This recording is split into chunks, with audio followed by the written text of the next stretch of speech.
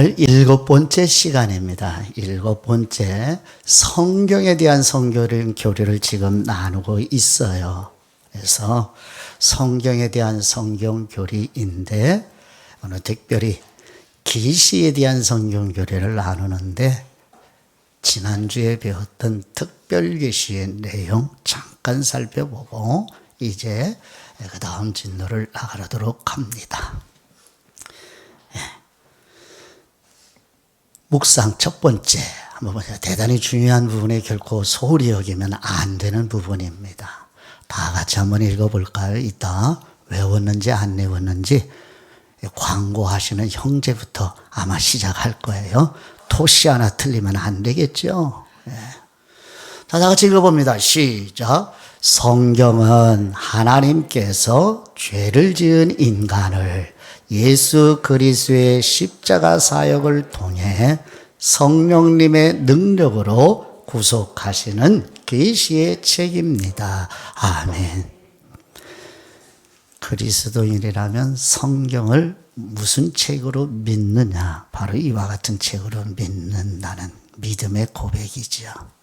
나는 나 김용길은 성경이 하나님께서 죄를 지은 인간을 예수 그리스도의 십자가 사역을 통해 성령님의 능력으로 구속하시는 책임을 믿습니다. 그러면 저 한 사람만 이렇게 고백을 해요?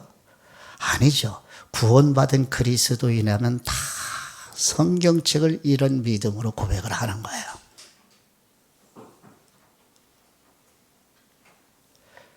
그래야 교회가 하나 되는 이것을 지켜가는 거예요.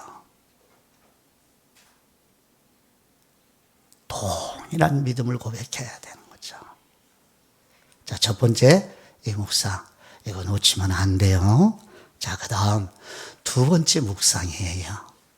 지난주에 나누었던 하나님의 특별 계시의 6가지 방식, 거기 8가지로 되어 있는데 오타네요. 사람이라 실수하지요. 예, 이것 때문에 시험에 들지 않기를 바라고요. 6가지. 첫 번째 과로는 신적 현현 배웠죠? 그래서 설명을 해드렸어요. 하나님의 나타나심 혹은 하나님의 임재하심. 신적 현현 미리 체크해요. 신이라는 한 글자, 앞 글자에 대해 체크를 해보실까요? 동그라미, 신. 자, 두 번째 특별 계시의 방식은 괄호, 사자인데 힌트를 드렸죠? 한문으로 뭐죠? 언약의 사자. 구약 성경의 언약의 사자는 대부분 누구를 가리킨다고 그랬죠? 맞아요. 예수 그리스도를 가리킨다고 말씀을 드렸어요. 하나님의 메시지를 전달하기 위해 보냄받은 사람. 그래서 사자라고 말씀드려요. 자, 이제 두 번째 동그라미. 언. 신언. 그렇죠? 자, 세 번째. 괄호 말씀하심. 그래서 괄호에는 직접 말씀하심. 그래서 하나님께서 직접 말씀하시는 특별 계시의 방식. 네, 3가지. 그 다음에 직에다 동그라미. 자, 그 다음 네 번째. 기적과 괄호 안에 한문 힌트. 무슨 방법이죠? 표적의 방법. 기적과 표적의 방법. 그래서 구약 혹은 신약 성경에 나타난 모든 기이한 일들은 바로 하나님의 특별 계시의 방식입니다. 그 뭐예요? 저와 여러분에게 하나님이 꼭 전달해 주시는 진리가 그 속에 들어있다는 거예요. 자, 이 기자에다 동그라미. 자, 그 다음 5번째는 괄호 무엇과 환상의 방법이죠? 한 글자 꿈. 꿈과 환상의 방식으로 특별 계시해 주시죠. 그래서 요셉의 꿈, 다니엘의 꿈, 그 다음에 마리아, 요셉의 꿈 등등.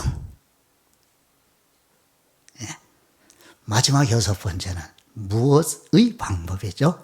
한문 힌트, 영감의 방법.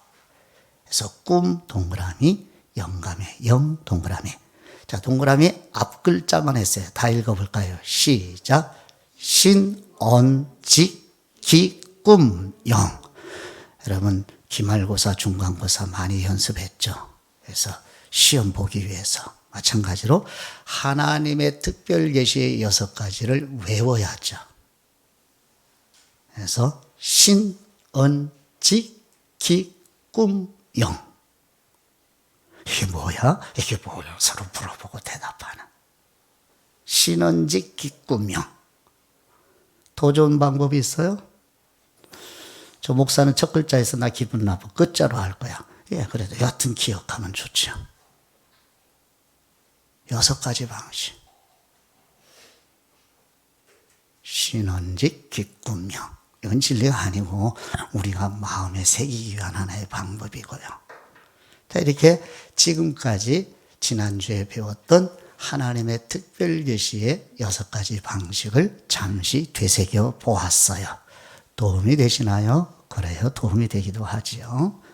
자, 그 다음 이제 오늘부터 오늘 이 시간에 나눌 첫 번째. 그러면 하나님의 특별 계시로 전하시는 내용은 무엇인가? 포인트가 내용입니다. 내용, 콘텐츠. 이 내용이 무엇인가?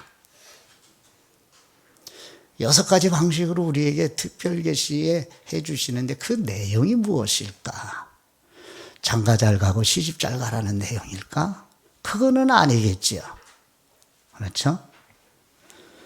벌써 재미없나? 눈꺼풀에 벌써 무게가 아주 느껴지는 분이 계셔요. 왜 그럴까요?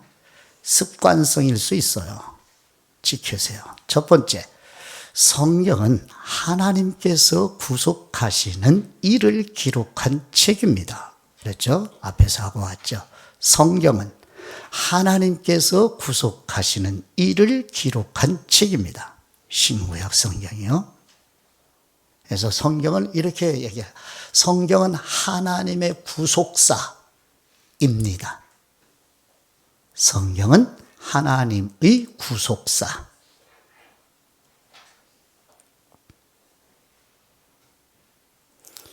그래서 이 하나님의 구속사, 즉 특별계시의 6가지 방식을 통해서 우리를 구속하시는 내용을 전해주시는데 한 6가지로 정리를 합니다. 양가로 1번, 노아의 홍수시대 사건부터 시작을 해보죠. 노아의 홍수시대에 홍수 사건으로 계시해 주시는 하나님의 구속사. 성경 말씀을 보시죠. 창세기 6장 5절에서 7절 말씀인데요. 여호와 하나님, 사람의 죄악이 세상에 가득함과 인간의 마음으로 생각하는 모든 계획이 항상 악할 뿐임을 보시고, 체크. 마음으로 생각하는 모든 인생의 계획이 항상 악할 뿐이고요. 그러면 저와 여러분이 논리적이고 그 다음에 상식적이고 보편적인 기준에서 생각하고 계획하는 일 속에 악한 요인이 들어있다는 것을 인정하셔야죠. 대학원을 가는 일, 취업을 준비하는 일, 결혼을 계획하는 일, 사업을 구상하는 일 등등, 목사가 목회 계획을 하는 이 모든 등등의 악한 요인이 들어있을 수 있어요. 왜 그렇죠? 우리가 구원받았어도 완전한 존재는 아니거든요. 임원들이 모여서 기도하고 논의하고 생각하는 계획 속에 악한 요인이 있을 수 있고, 선생들이 모여서 청년들을 섬기려고 계획하는 일 속에도 선한 생각으로 다 지혜를 모으지만 거기에 악한 요인이 있을 수 있습니다. 이걸 인정을 해야 돼요. 나는 아니야. 그러면 그게 바로 교만이에요. 여러분들이 어디를 가시든지 아니면 외출을 하든지 누구를 만나든지 하는 그 모든 여정 가운데 매일매일 악한 여인이 이렇게 침투해 들어올 수 있어요? 아니, 우리 안에 벌써 내재하고 있다는 말이죠.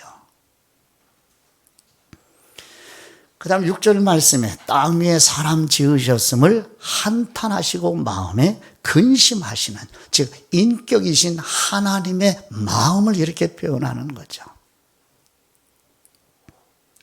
하나님 아버지의 심정, 나를 바라보는 하나님의 아버지가 기뻐하실까? 아니면 한탄하며 근심하며 탄식하실까? 요즘 나를 바라보시면서 하나님 아버지의 마음은 어떤 마음일까? 근심의 무게로 향할까? 아니면 기뻐하실까? 스바냐 3장 17절은 내가 너로 인하여 기쁨을 가누지 못하노라 하는 말씀의 방향으로 추가 옮겨지고 있는가? 아니면 여전히 근심 대상인가? 그래서 그 결과는 뭐예요? 7절 이르시되 내가 여호와 하나님이 창조한 사람을 내가 지면에서 쓸어버리되, 이런 말씀을 하시기까지 이 하나님의 마음은 어떠했을까? 이렇게 실행을 하기까지 얼마나 오래 참으시고 기다리셨는데 그래도 돌이키기를 원하지 않는 그 인간을 바라보는 이 쓸어버리겠다고 하는 말씀을 계시해 주실 때에 그 아버지의 심정 마음은 어떠하셨을까요?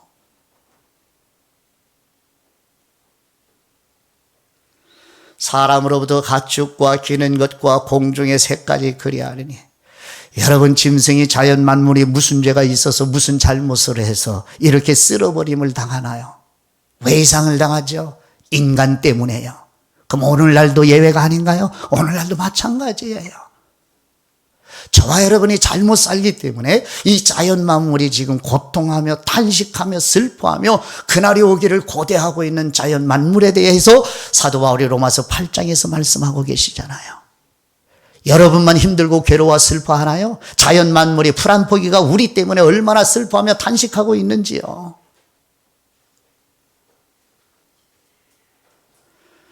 나는 평안히 잠자고 두 다리 쭉 뻗고 그냥 편안하게 한 잠을 이루지만 자연 만물은 지금 인간 때문에 이렇게 노아의 홍수로 심판을 받았던 것처럼 지금도 모든 피조물이,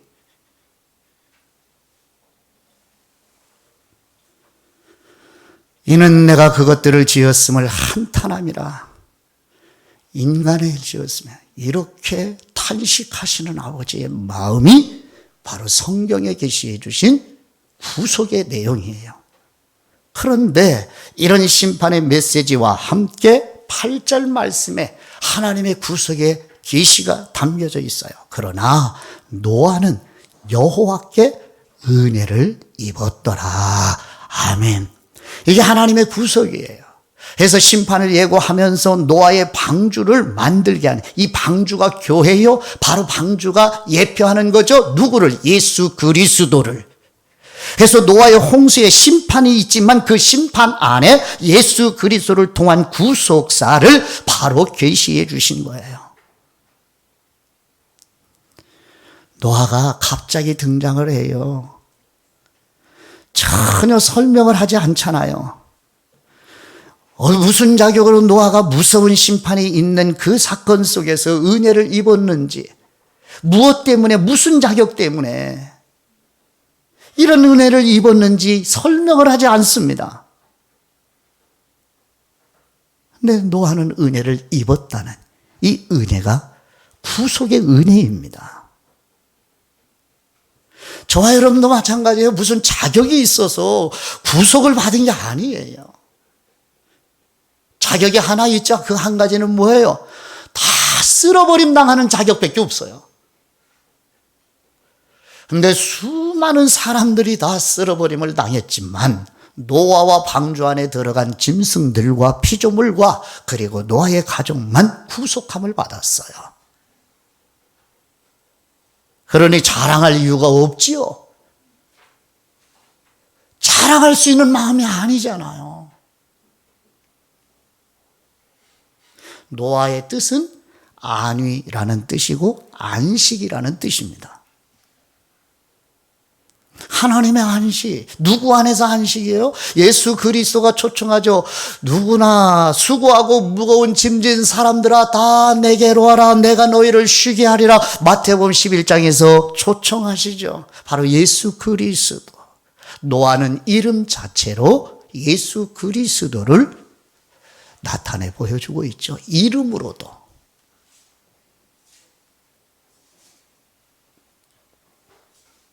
뿐만 아니라 아브라함의 부르심, 그리고 그 아브라함의 부르심 이후로 그 아브라함의 생애 전체 속에서 일어나는 사건들 속에 계시해 주시는 하나님의 구속의 이야기가 담겨져 있어요. 성경 구절, 창세기 15장 6절 말씀에 창세기 15장 6절 아브라함이 여호와 하나님을 믿으니 여호와께서 이를 아브라함의 의로 여기시고 벌써 여기서 로마서에 나오는 이신칭의가 시작이 되는 거예요. 그래서 아브라함을 믿음의 시작이라고 말씀하고 있는 겁니다. 아브라함을 부르셨다는 그 부르심은 효과적인 부르심이에요. 그 효과적인 부르심의 은총이 적대 주권에 의해서 아브라함에게 임하였어요.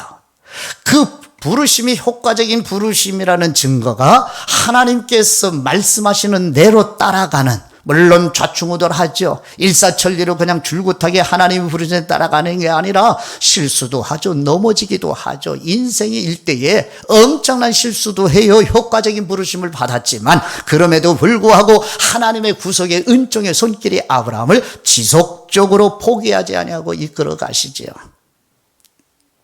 그러면 저와 여러분도 그렇게 아브라함을 이끌어 가신 것처럼 실패해도 실수해도 넘어져도 때로는 잘못 생각해도 끊임없이 끝까지 저와 여러분을 이끌어 가실 삼위일체 하나님을 내다볼 수가 있지 않나요?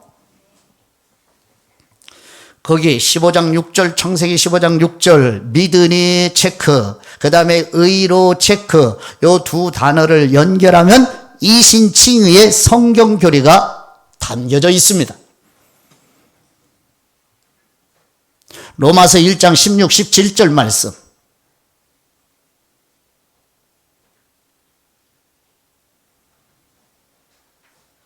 하나님의 구속에 대한 계시예요. 계시의 내용은. 자, 세 번째요. 모세를 부르신 사건에 담겨있는 하나님의 구속을 보죠. 모세를 부르시고 그 모세의 40년 여정 속에서 이루어져가는 그 일마다 하나님의 구속이 가득히 담겨져 있습니다. 성경을 확인해 보죠. 창세기 3장 10절에 모세를 부르시는 사건 속에 계시된 하나님의 구속에 대한 계시요.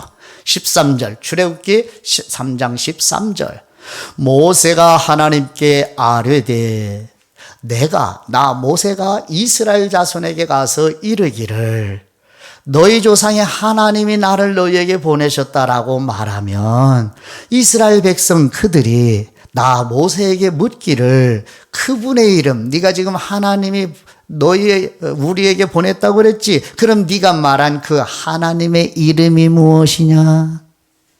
체크요. 하나님의 이름이 무엇이냐? 라고 이스라엘 백성이 모세에게 반문하면 저 모세가 무엇이라고 이스라엘 백성에게 대답하오리까? 라고 하나님께 올려드리는 기도예요. 그랬더니 출애굽기 3장 14절 말씀.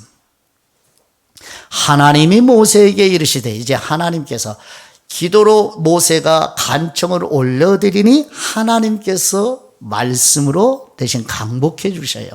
하나님이 모세에게 말씀하시되 나의 이름이 무엇인지 물었지? 나의 이름은 나는 스스로 있는 분이다. 거기 제 거예요. 스스로 있는 분. 야훼가 여기에서 나왔어요. 여호와가 이 단어에서 나왔어요. 스스로 있다 요 두 단어, 한 단어가 요 원어로 하야라는 히브리어 원어예요. 하야. 여기에서 야훼라는 이름이 파생이 돼요. 나는 스스로 있는, 그러니까 하나님의 아주 중요한 이름 중에 하나가 여호와, 즉 스스로 계신 분, 스스로 계신 분. 이 뜻은 무슨 뜻이냐? 하나님의 절대 주권을 계시하는데요. 그리고 그 무엇에도 영향받지 않는 분이라는 뜻이 스스로 계시다는 이름이에요. 그런데 하나님께서 아무 것에도 영향받지 않으시는데 여러분의 눈물의 간청에 하나님이 기도를 들어주신다는 것 놀랍지 않아요? 그 무엇에도 영향받는 분이 아닌데 어떻게 거듭나 구원받은 구속을 받은 하나님의 자녀들의 눈물의 간청을 들어주시는가? 이 절대 주권의 하나님이 놀랍지 않아요? 모순되는 것 같은데 그래서 우리의 이성으로 이해가 되지 않는 거죠. 그러나 하나님의 성령님의 역사로 이것을 이해할 수 있는 것이 아니라 그분의 역사로 우리에게 눈과 귀를 열어주셔서 믿어지게 하시는 은혜입니다.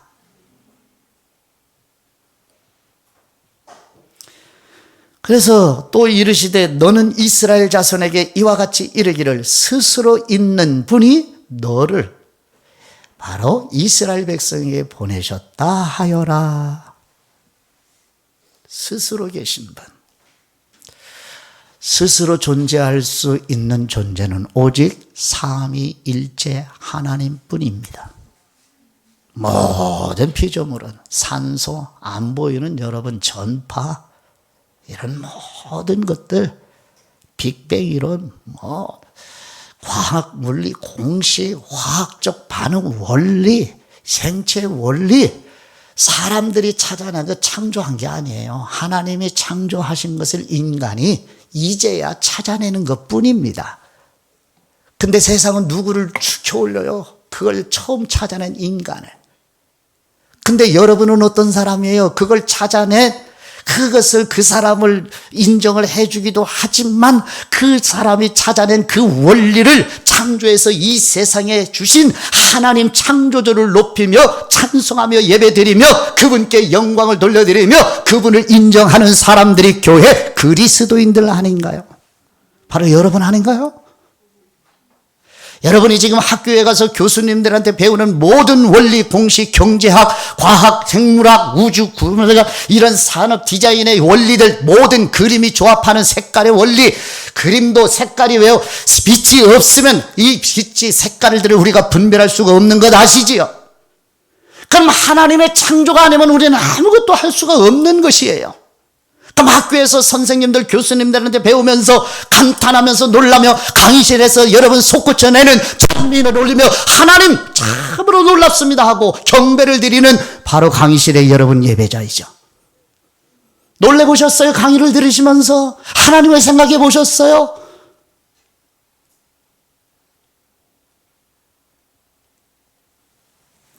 이 약을 투약하고 저 약을 주사하면 사람들이 치료받는 원리, 이게 누가 만드신 거예요?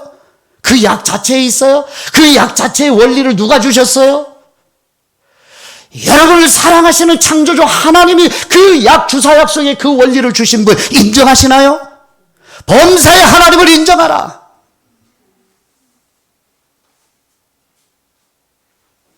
왜 사람만 높이죠? 그게 세상이니까요.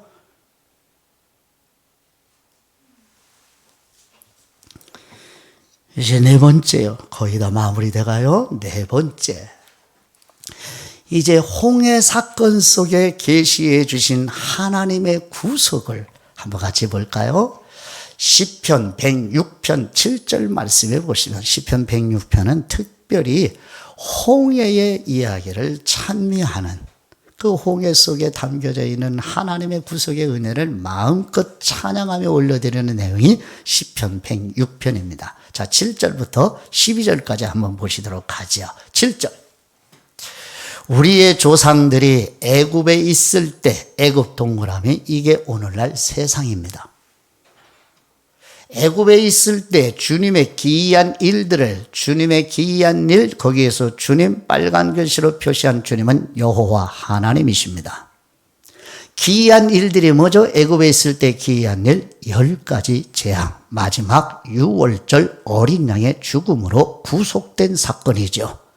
기이한 일들을 깨닫지 못하며 주님의 크신 인자를 기억하지 아니하고 바다 곧 홍해에서 거역하였나이다.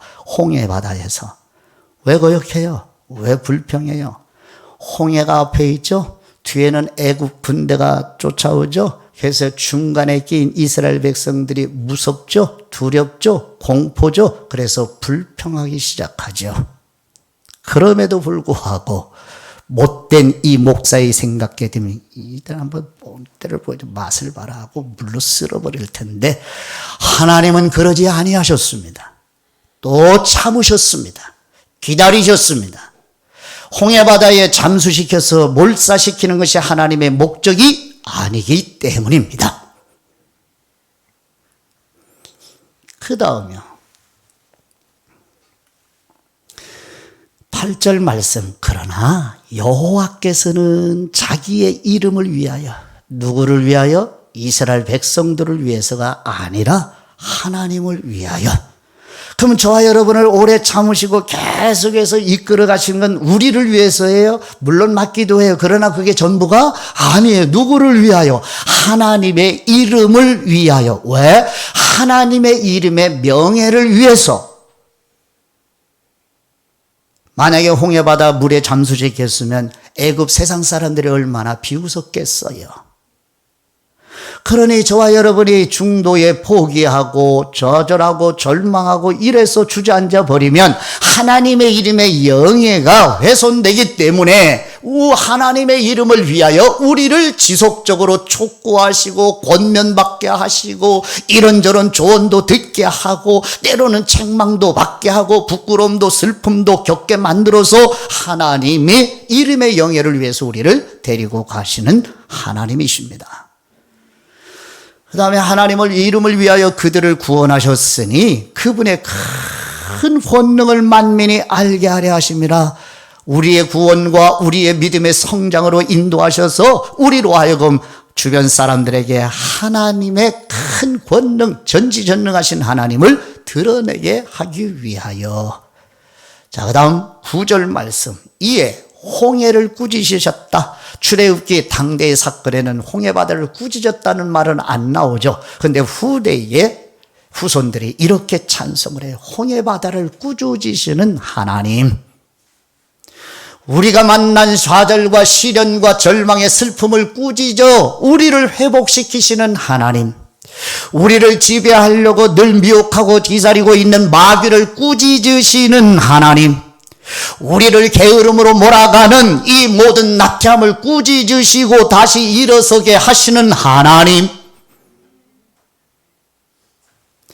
하나님의 홍해바다를 꾸짖으시니 곧 물이 마르니 그들을 인도하여 불평하는 하나님을 거역한 이스라엘을 인도하여 바다를 건너기를 마치 광야를 지나감 같게 하시도다.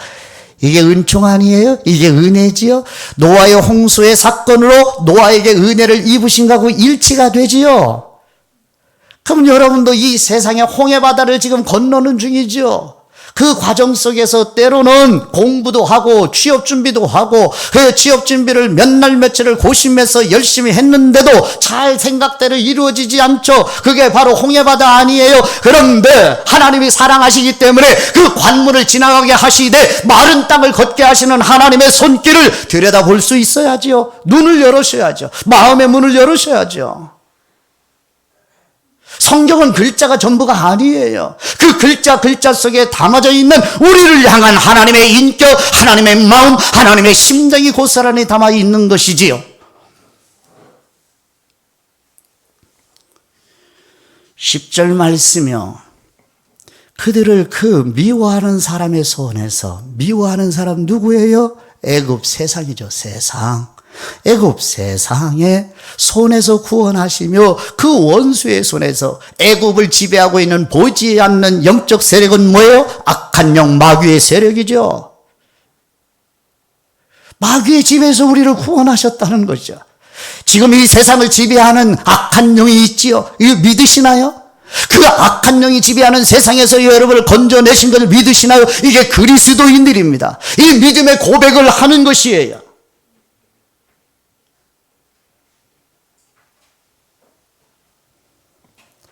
홍해 사건 속에 이렇게 엄청난 구속의 계시를 해주셨다는 거죠. 11절입니다.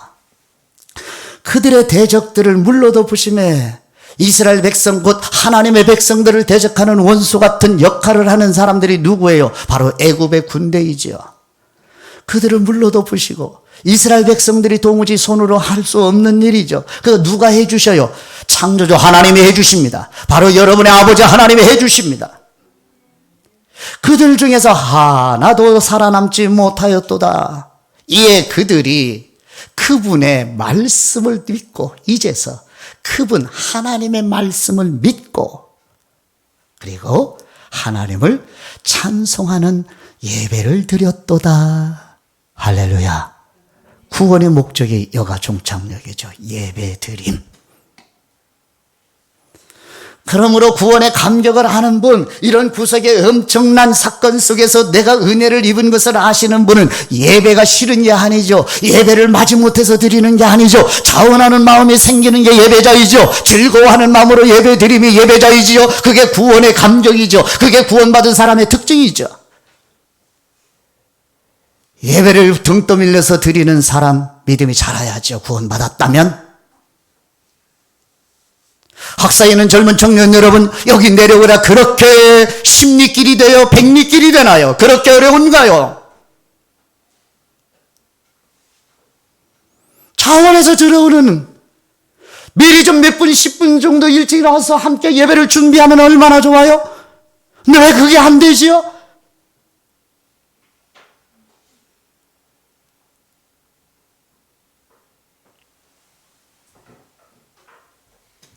여러분의 하나님의 생명이 있으면 진리의 말씀이 들어가 있으면 그 진리의 말씀을 받았으면 그 진리를 있는 대로 움직이는 것이에요. 마르다처럼 움직여야 돼요. 마리아처럼 움직이는데 행동으로 나와. 이거를 성경은 예수님은 포도나무 가지를 베면서 열매라고 말씀하셨습니다.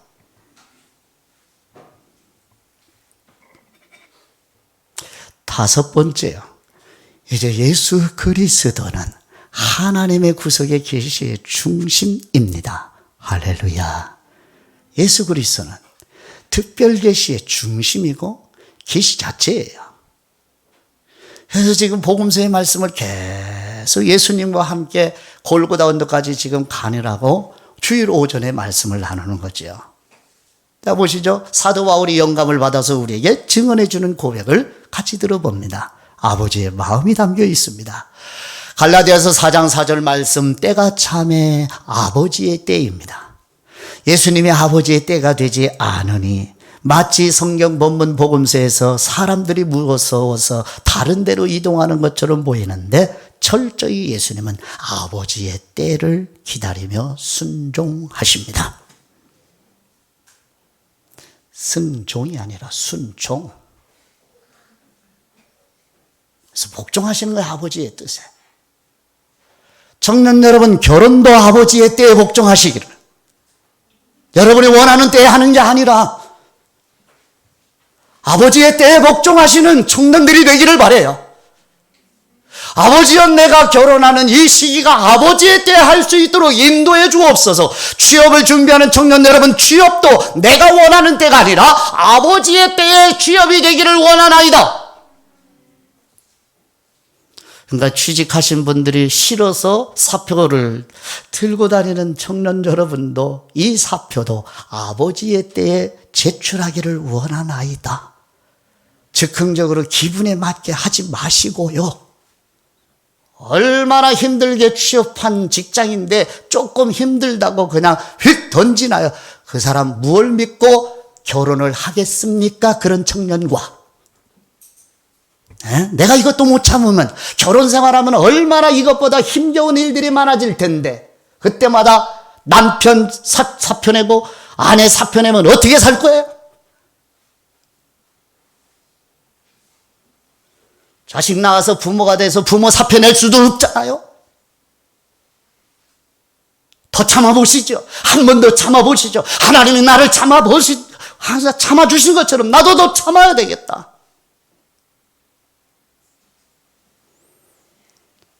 하나님의 말씀은 실제예요. 실제 삶에서 열매가 나와야 돼요. 몸부림해야죠. 대가를 지불해야죠. 때가쯤에 하나님이 그 아들을 보내사 2000년 된 마리아의 몸에 잉태된 것도 하나님의 때에 맞게 오신 거고 베들레헴에 오신 것도 때에 맞게 오신 것이에요. 여자에게서 나게 하시고 율법 아래 나가신. 그래서 이제 복음서 초반에 가브리엘 천사를 통해서 마리아에게 잉태될 때 이 본문을 가지고서 비단 동정녀에게서 마리아에게서 예수님이 탄생되었다는 것만 끝나지 말고 이제는 이 본문 갈라디아서 4장 4절을 가져가서 율법 아래로 오신 예수님 찬양 올려드리나이다. 감격하며 예배를 드리는. 왜요? 율법 아래 율법의 종으로 되어 있는 나를 해방시켜 주시기 위하여.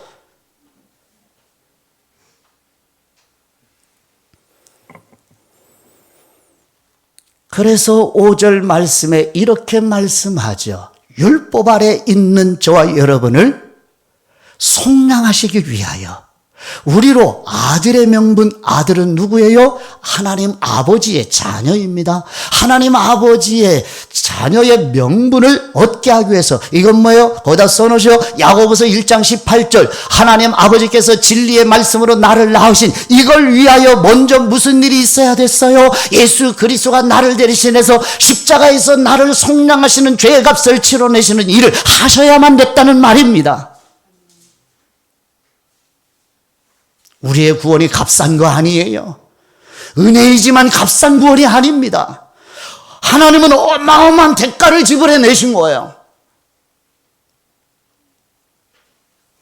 속량이라는 뜻은 뭐예요? 동그라미 피로 값주고 사셨다는 뜻입니다.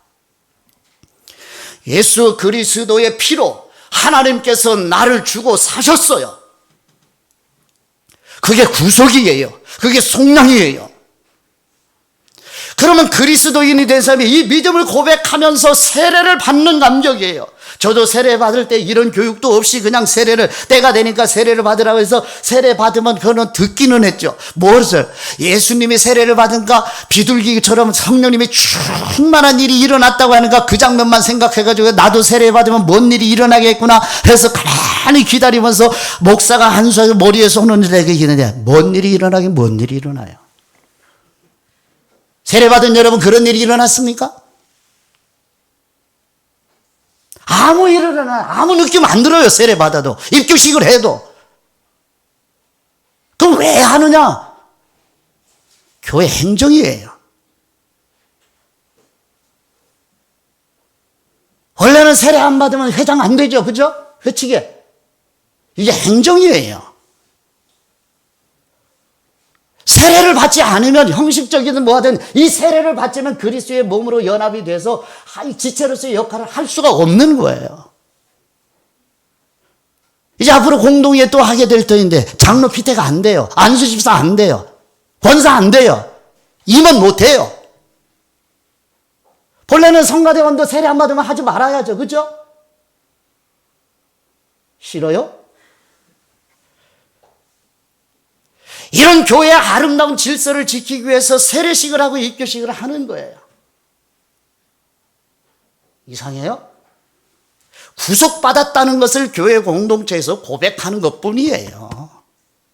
그리고 여기에서 세례와 입교를 했으면 이 세례 명부에 이름이 기록이 돼서 훗날에 이번 미국을 가든 일본에 가든 북한에 가서 신앙생활하든 이 신성교회 세례 명부에 있는 세례 증명서를 떼가야 돼요.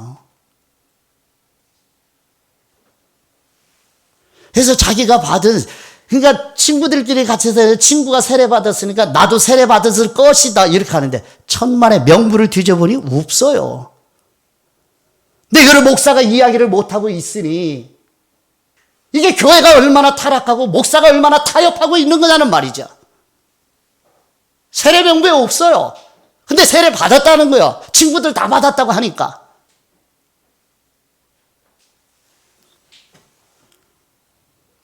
참 안타스러워요.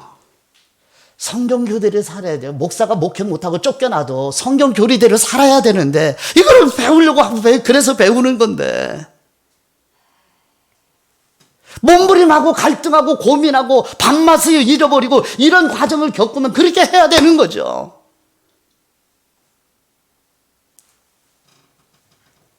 마지막입니다. 구속의 마지막 단계예요.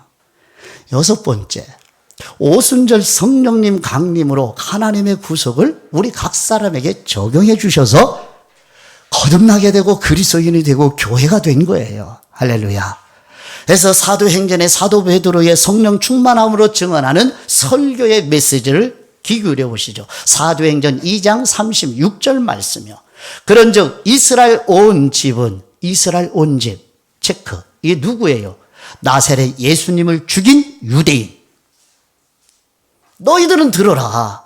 확실히 알아야 된다. 무엇을? 너희가 십자가에 못 박은 이 나사렛 예수님을 성부 하나님이 주님과 그리스도가 되게 하셨느니라. 할렐루야.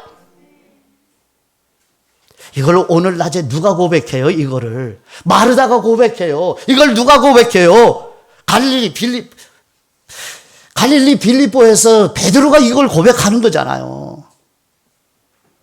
그러면 지금 21세기를 사는 신성교회 청년들도 바로 이 고백을 해야 되는 거예요. 나사렛 예수님이 나의 그리스도야, 나의 구원자야, 하나님의 아들이 하나님이 보내신 하나님과 동등한 하나님이야. 나를 위해서 오셨어. 37절 말씀이요. 그들이 똑같죠? 이스라엘 온 집이죠. 유대인들이죠. 그들이 이 말을 듣고 무슨 말 들었어요? 이 말, 동그라미. 이 말이 뭐예요? 나사렛 예수님에 대한 십자가의 복음. 이 말은 예수 그리스도와 그리스도가 하신 일, 그러니까 이것을 그리스도의 십자가의 복음의 내용이에요, 내용은. 그래서 그 복음의 말씀을 성령 충만한 베드로에게 듣고 마음이 어때요? 찔려요. 이게 성령님의 역사입니다. 마음이 찔리는 게 성령님의 역사입니다. 하나님의 말씀을 여러분들이 개인적으로 성경을 읽고 성경 공부를 하고 성경의 식사를 읽으면서 그리고 설교를 들으면서 마음에 찔리는 건 목사가 여러분을 치는 게 아니라 성령님의 역사입니다. 물론 목사가 조심해야죠. 설교를 도구로 삼아서 교인들을 책망하는 일이 인간적으로 하면 안 되겠죠. 마음에 찔려. 거기 써놓으세요. 성령님의 역사. 베드로가 기분 나빠서 베드로가 상해를 입고 이것을 하는 게 이렇게 마음에 찔린 게 아니에요. 성령님이 베드로의 설교를 사용하시는 것뿐입니다. 그래서 베드로와 다른 사도들에게 물어 이르되 형제들아 우리가 어찌할꼬 12사도에게 묻는 거예요. 우리가 어떻게 하면 돼? 이런 반응이 나오는 게 성령님의 역사입니다. 그러면 이 어찌할꼬가 그냥 어떻게 하면 돼가 아니라 우리가 어떻게 하면 구원받을 수 있어? 이 질문이에요. 자, 그 다음 38절. 베드로가 이제 성령님의 영감을 받아 대답해 주죠. 너희가 회개해. 거기 베드로 동그라미에 성령 충만한 베드로 이렇게 표시를 해놔야죠. 그러면 베드로가 말하는 걸 다 누가 사용하고 있습니까? 성령님이 사용하고 계심을 또 이제 체크를 해 놓으셔야죠. 너희가 회개하여, 첫 번째가 회개입니다. 회개하여 각각 예수 그리스도의 이름으로 무엇을 받으라? 세례 받으라. 이 세례는 무슨 세례일까요? 요단가에 가서 세례 받는 거예요? 동그라미 세례. 세례를 받고 죄사함을 받으라. 그리하면 성령님을 선물로 받으리니 했을 때 이 세례는 물 세례가 포함됩니다. 오늘날 다음 주에 할 그 세례에 포함이 돼요. 그러나 그게 전부가 아니에요. 예수 그리스도와 함께 죽고 그리스도와 함께 살아난 그리스도와 연합을 세례라고 성경은 표현합니다. 그러면 거듭난 그리스도는 전부 그리스도와 연합이 된 사람이에요. 이미 영적으로 세례를 받았어요. 이제 영적으로 세례를 받은 것을 이제 겉으로 표현하는 게 뭐예요? 약식 세례를 해야 되는 거예요.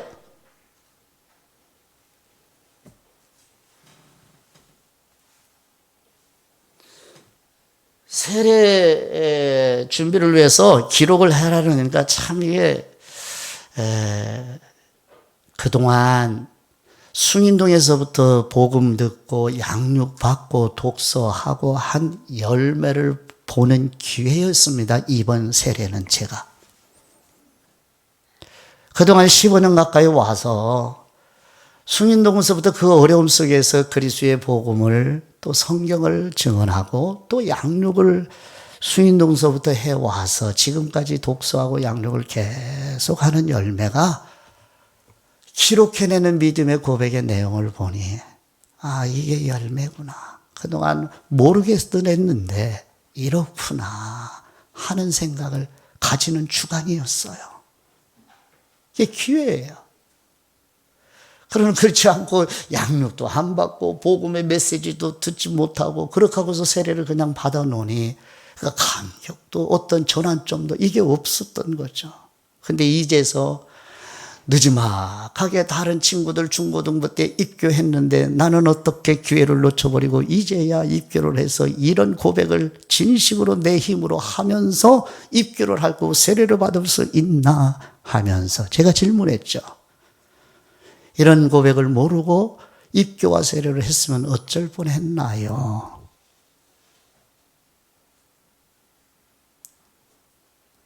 그것도 생각이 또 그러죠. 아유, 지금 다시 말, 아니요. 이미 세례와 입교를 모르고 했더라도 이제 이런 걸 알아가는 게 은혜입니다. 열심히 하시기 바래요.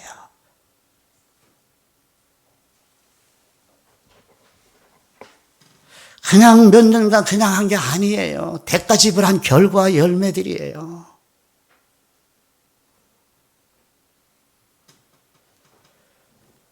여기 거듭남을 말해요, 안 해요? 지금 사도 베드로가 성령 충만한 오순절 성령 충만의 첫 설교가 거듭남의 진리를 말해요, 안 해요? 해요, 안 해요? 거듭남 글씨 나와요, 안 나와요? 그럼 중생이라는 말도 나와요, 안 나와요? 만약에 사도 요한이 이 설교를 했다면 뭐 했을까요? 여러분, 사도 요한이 이 오순절 성령 강림의 첫 번 설교를 했다면 요한복음 3장 5절에서 3절에서 5절까지의 말씀을 했을까 안 했을까요? 그렇게 중요한 얘기를, 그렇죠?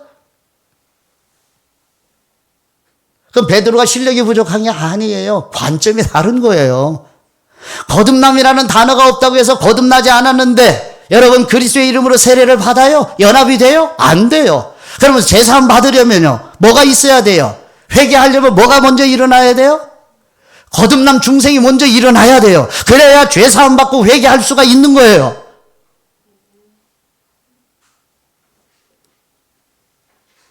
써놓으셔야죠. 거듭남을 말하지 않았다고 거듭남이 생략된 것이 아니라 거듭나야만 회개가 가능하고 죄사함이 가능하고 그리스도의 이름으로 세례, 즉 연합되는 세례가 이루어진 것이다 라고 메모를 해놓으셔야 되겠죠. 왜냐하면 근거를 남겨야 되잖아요, 여러분은.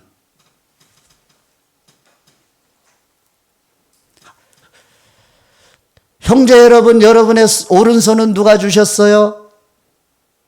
형제 여러분, 여러분 오른손 누가 주셨어요? 엄마 아빠가요? 하나님이 주셨죠. 뭐 하라고요? 밥만 먹으라고요? 커피만 들고 마시라고요? 아니요. 성령님이 깨닫게 해주신 걸 기록하라고 하는 의미도 담겨 있어요, 손에는. 이제까지 기록을 안 하고 가만히 우두커니 있는 건 좀 오른손 좀 때리세요. 펜스는. 이 나태한 게으른 손. 그건 손이 죄가 아니라 자기 주인인 자기가 잘못한 거죠. 그럼 회개하죠. 오른손아 미안해. 내가 게을러서. 39절 말씀이요. 이 약속은 너희와 너희 자녀와 너희와 너희 자녀는 누구죠? 이스라엘 민족이죠. 모든 먼데 사람 체크. 그게 누구죠? 이방인 우리. 모든 먼데 사람이 이방인 우리. 곧 우리 하나님이 얼마든지 부르시는 사람. 이 부르심은 무슨 부르심? 효과적인 부르심. 그 부르심 사람들에게 하신 것이라 하고 또 여러 말. 그럼 여러 말은 또 뭐죠? 그 위에 이 말을 듣고 37절의 말씀처럼 무엇이죠? 이 말씀의 내용은 그렇죠. 예수 그리스도와 그리스도의 십자가의 복음의 내용이죠. 그 말 복음을 확증하며 권하여 이르되 너희가 이 패역한 세대에서 뭐해라? 구원을 받으라. 구원에는 세 가지 의미가 있어요. 첫 번째 칭의의 구원이 있죠. 두 번째 성화의 구원이 있죠. 그 다음 세 번째 마지막 구원은 뭐예요? 영화의 구원이죠. 그래서 구원의 의미는 영어로 세 가지. already. 이미 구원받았다. 칭의죠. 그 다음에 성화는 뭐죠? not yet. 그러나 아직.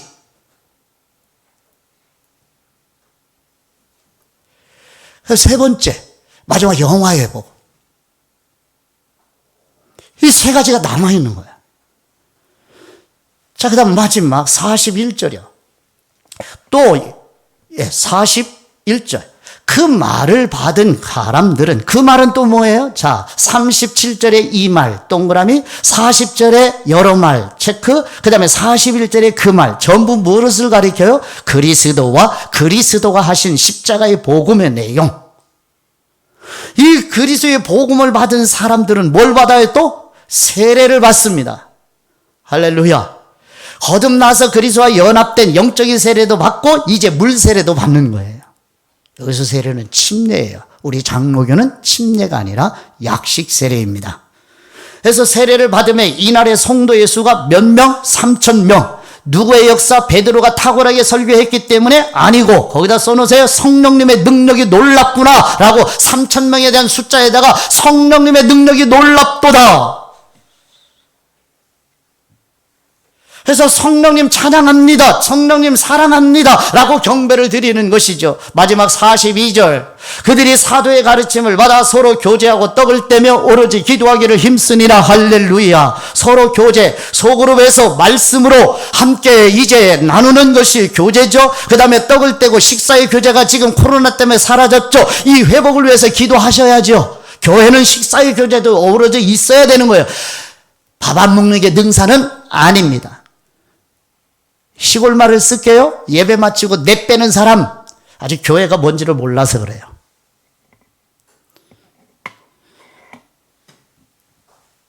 여러분 교회에서 예배당에서 2층에서 봉사하시는 분들의 마음에 상해를 입는 게 뭔지 알아요? 이제 얘기할게요. 그동안 얘기 안 했는데 내성적이라. 학사 청년들이 식당에서 해주는 밥을 안 먹고 밖에 나가서 주일날 사드실 때 봉사하시는 분들이 마음에 상해요. 왜? 얼마나 밥을 맛없게 했으면 청년들이 나가서 사 먹을까?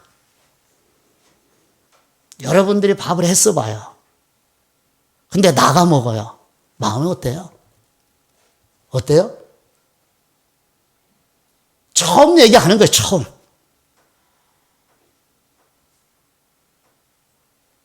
여러분 생각해서 어떻게 하면 집밥 하나라도 해드릴까? 노심초사해서 토요일부터 이렇게 식자재 사다가 다듬고 씻어 준비하셨는데 땀 흘리면서. 근데 그것이 밥은 맛이 없어서 나가서 드셔요? 이건 예의가 아니죠? 그렇죠?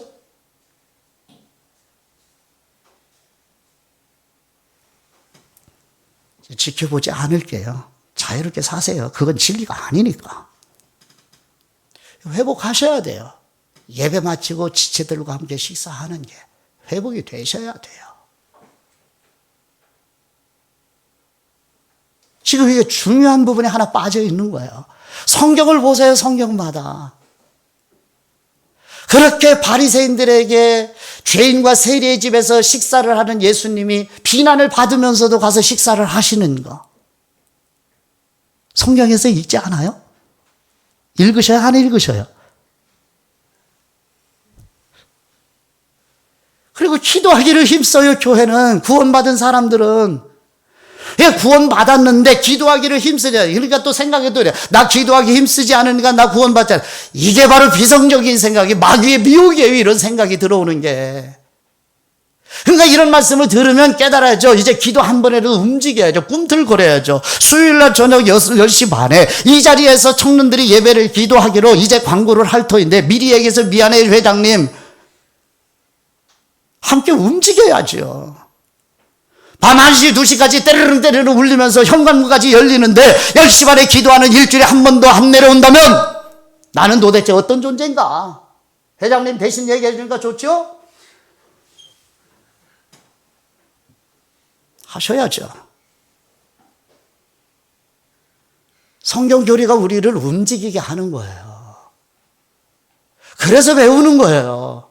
힘이니까요. 생명이니까요. 능력이니까요. 성경 교리가. 그냥 글자가 아니에요. 단어가 아니라고요. 성경 교리가. 나를 움직이게 하는, 나를 힘있게 살게 하는 이 어두운 세상에서 미혹을 뿌리칠 수 있는 능력, 힘. 바로 그게 성경 교리가 가지고 있는 능력이에요. 왜? 전능하신 하나님이 성경 교리에다가 그 생명, 그 힘을 담아주셨기 때문에요. 그래서 마칩니다. 기도 올리겠습니다. 후속의 은혜를 베푸시는 우리 하나님 아버지, 신구약 성경 66권 안에 성령님의 영감으로 하나님의 구속사를 기록해 주신 아버지의 은혜와 사랑에 감사와 찬송과 경배 드립니다. 매일매일 성경을 읽고 묵상하면서 아버지의 사랑의 마음으로 계시해 주신 하나님의 구속의 메시지를 영혼의 양식으로 먹고 마시도록 성령님의 조명해 주신 은혜를 부어 주시옵소서. 우리 주 예수 그리스도의 이름으로 기도드립니다. 아멘.